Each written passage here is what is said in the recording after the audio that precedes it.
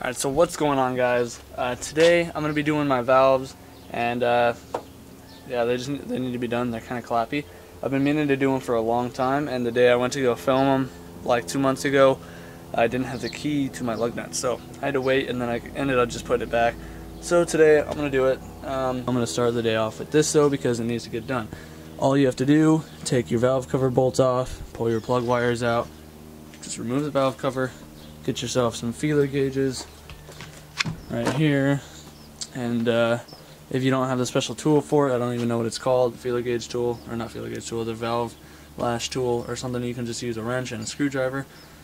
So that's what I'm going to be using, and then got to get the car jacked up, get that tire off, so that way I can turn the crank pulley, and then just make sure that each cylinder you're doing is in top dead center, and then you can do the valves corresponding to that cylinder, the intake and exhaust valves.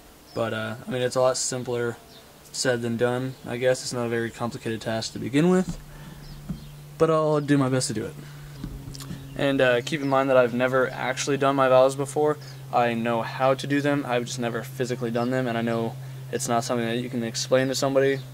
You have to feel it, hence the feeler gauges, because they have to be within a certain spec, and I believe on the B20's it's 0.6 thousandths for intake and 8 thousandths of an inch or whatever for exhaust. So yeah, we're both going to be learning something new today. I've watched Eric the Car Guy for it, and it says better to hear them than to smell them, and I can hear mine, so I guess that's not a horrible thing, but I like to quiet them down a little bit. Alright guys, so when you're doing this, I was wrong about the valve spec adjustment.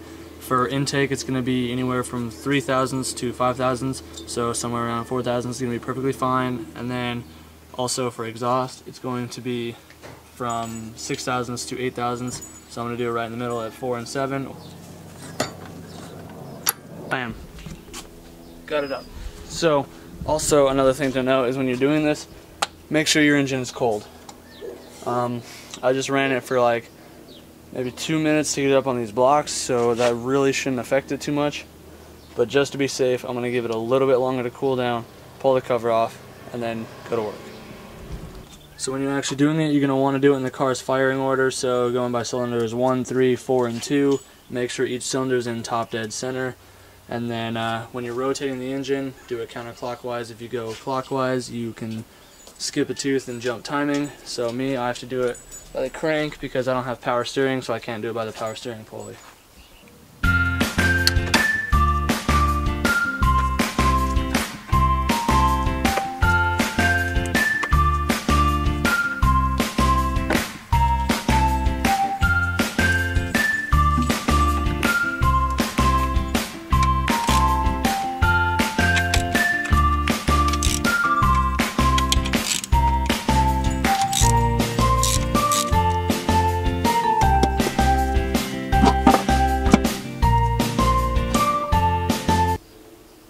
And then to make it easier to turn the crank, just make sure you take your spark plugs out.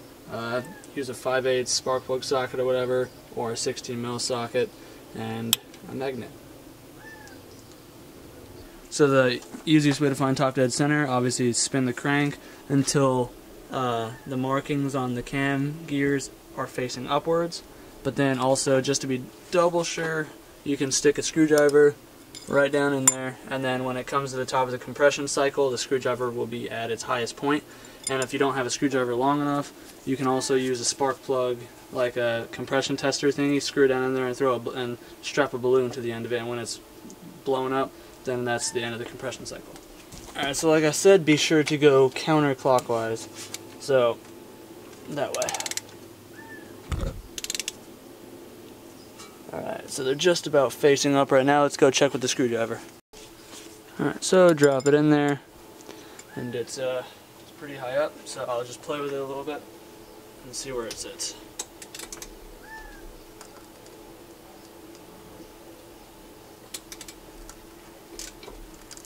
Yep, so there you go. That was top of the compression cycle for cylinder 1. Alright, so now that cylinder 1 is at the top of the compression cycle, you're going to start with the intake valves, and then, like I said, 4 thousandths of an inch. And then after those are done, you're going to do the exhaust. And basically what you're going to want to do is use a 12mm wrench and a flathead screwdriver and break each of these rocker arm nuts loose and just adjust it ever so slightly until you feel just a little bit of drag. So like I said, my first time, so I'm going to have to get used to how much drag, so you're going to have to do the same. Alright, so like I said, 4,007 inch, and I actually got really lucky, and the guy that put the motor in the car a couple years ago when I bought it, he must have done them previously, but just ever so slight bit of drag on both intake valves, so now I'm going to find the other one, do the exhaust. So for the exhaust side, like I said, it's going to be 7,007 inch, or I think Eric the car guy, if you watch his video on doing this, he calls them his 10s and 18s for your metric measurements. So same thing, stick it in between the rocker arm and the cam lobe and look for some drag. Alright, so on the exhaust side, there's actually a bit too much drag. I have a bit hard of a time getting it in between there, so I'm going to break these loose and try and loosen it up a little bit. Exhaust valve, put the wrench on, screwdriver in the center, and crack it loose. And then you want to turn the screwdriver just ever so slightly. For me, I'm trying to loosen it up, so obviously counterclockwise. Turn it just a hair, and feel it. So still too tight.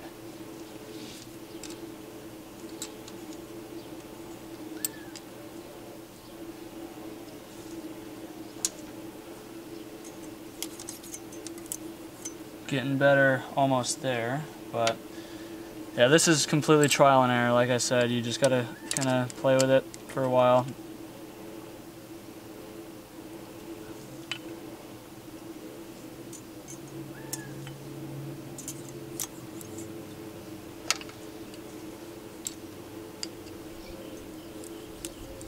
Alright, so that valve should be good. Wrench on. And be sure not to turn the screwdriver, like I almost just did. Turn the wrench. Tighten it up. Give it a quick check. A lot better than it was before. Alright, so like I said, spin the crank, go to cylinder 3.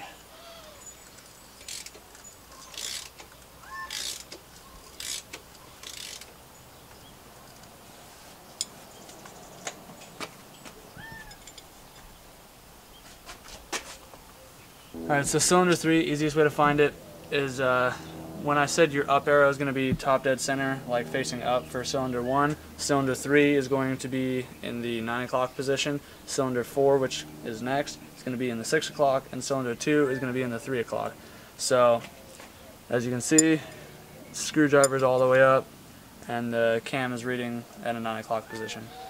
Alright, so like you can see right there, it's in the 9 o'clock position, and the screwdriver is all the way up. Alright, so now that we're going to be doing cylinder 3, easiest way to look at it is cylinder 1, intake 1, exhaust 1, intake 2, exhaust 2, intake 3. So these two rocker arms right here, or whatever, that's what we'll be adjusting. Alright, so before I even do anything, start off by using the feeler gauge and see how much adjustment I actually need to do.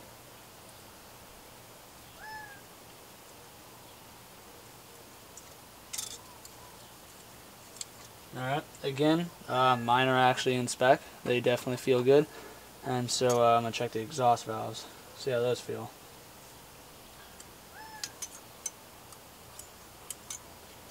Alright, those feel a little bit tight, so try and loosen those up a little bit. Alright, so I'm going to, now that you guys got the gist of it, and now that I got the gist of it, I'm going to just run through, finish these up, and just time lapse for you guys, and then move on to the next thing.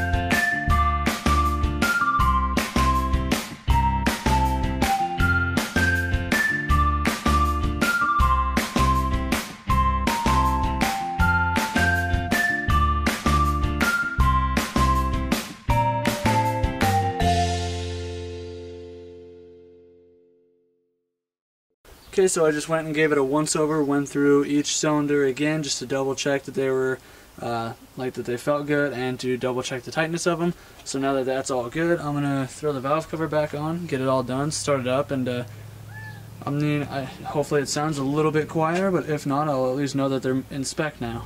At least the exhaust valves were. All the intake ones were good though. So I'm still waiting for me to put that stuff back together. I just triple checked it. I'm just lazy right now. But in the meantime, I decided to take some paint stripper and spray this down. So I'm going to hose this off here in a few minutes and hopefully get that just like the raw look. And so it's been a few hours now. I'm putting everything back together right now. I went ahead and stripped all the paint off my rocker cover and I just polished it with a wire wheel. I think it'll match the white pretty good, matches the radiator. Did the same thing with the piping, even though I'm buying new piping from a friend here in like a week. But yeah, definitely looks a lot nicer. Alright, so I got everything back together. Now I'm going to just throw the plug wires in. Make sure my PCV valve is hooked up. Got spark plugs in there, so let's throw these wires on, fire it up, and see if it blows up on me. Alright, wires are in, PCV valve is in, intake's on, spark plugs are all in, everything's tightened up, wheels on, so let's fire it up and make sure nothing bad happens. Grab my keys maybe.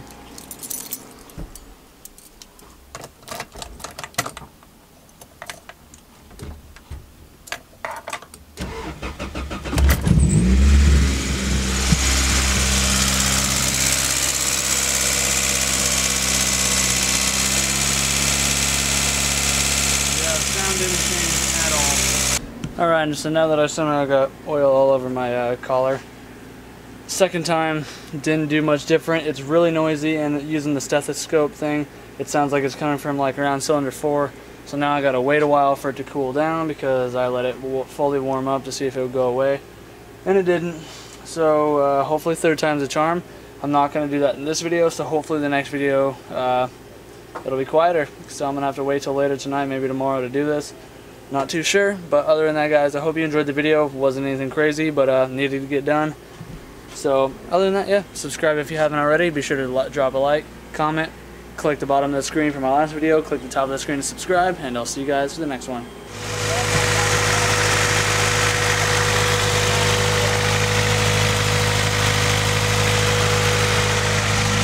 Alright, so forget that last clip right before the outro. It's the next day, and I couldn't let that be it.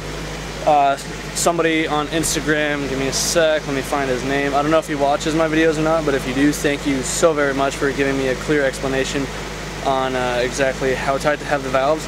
But as you can hear, it's ticking beautifully. It sounds way better than it did when I started. Yet by the end of the day, yes, right, it sounded like a freaking diesel tractor. So his Instagram handle, if you want to follow him, his name is Ralphie90. So I'll have that up on the screen. But thank you again so much for helping me out. Car sounds amazing. I'm sure it's going to run a little bit better. I don't know if it's going to make that much difference, but we'll see. Anyways, alright, cue the outro one more time. See you guys later.